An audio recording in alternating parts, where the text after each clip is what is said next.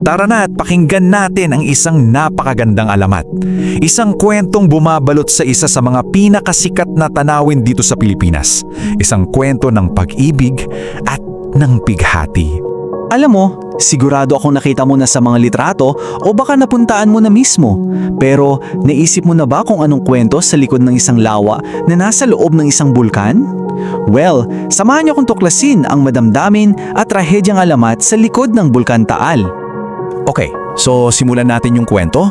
Noong unang panahon, may isang payapang kaharian, napakaganda, napakaluntian ng lupain, at lahat ng to nasa ilalim ng pamumuno ng isang napakamakapangyarihang dato. At syempre, ang bida sa kahariang to, walang iba, kundi ang anak ng dato, si Prinsesang Tala.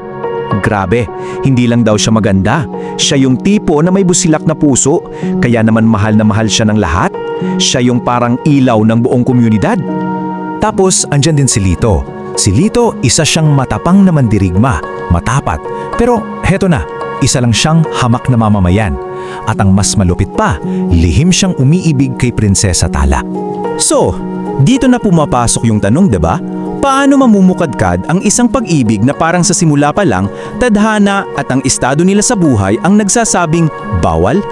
Okay, so dito na sa part na to, dito na sa puso ng alamat.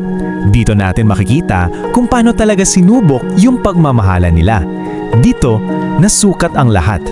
Siyempre, dahil bawal, nagsimula ang lahat sa mga lihim na pagkikita. Doon sila sa ilalim ng puno ng balete nagtatagpo. Kaso, alam nyo naman, walang lihim na di nabubunyag. Nalaman ito ng dato, ang ama ni Tala. At grabe, galit na galit. Para patunayan ni Lito yung pag-ibig niya, binigyan siya ng isang parang imposibleng hamon, isang laban hanggang kamatayan. At bago pa man yung laban, dito nila binitawan yung isang sumpaan, isang pangako ng pag-ibig na walang hanggan na kahit kamatayan, hindi kayang sirain. Ramdam mo yung bigat, di ba? Ramdam mo kung gaano sila katapat sa isa't isa. Pero ang labanan, nagtatapos ito sa isang napakatinding trahedya. Natalo si Lito at si Prinsesa Tala sa sobrang pighati tumakbo papunta sa kanya, niyakap siya at doon na rin siya nalagutan ng hininga. Sabay silang pumanaw, magkayakap. Pero alam nyo, yung malagim nilang sinapit, yun pala yung magiging simula ng isang himala. Yung katapusan nila, yun pala ang pagsilang ng alamat na kilala natin hanggang ngayon.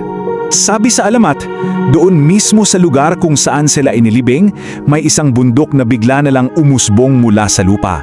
At sa sobrang bigat daw ng kalungkutan ng lahat, gumuho yung tuktok nito at nag-iwan ng isang malaking butas o bunganga.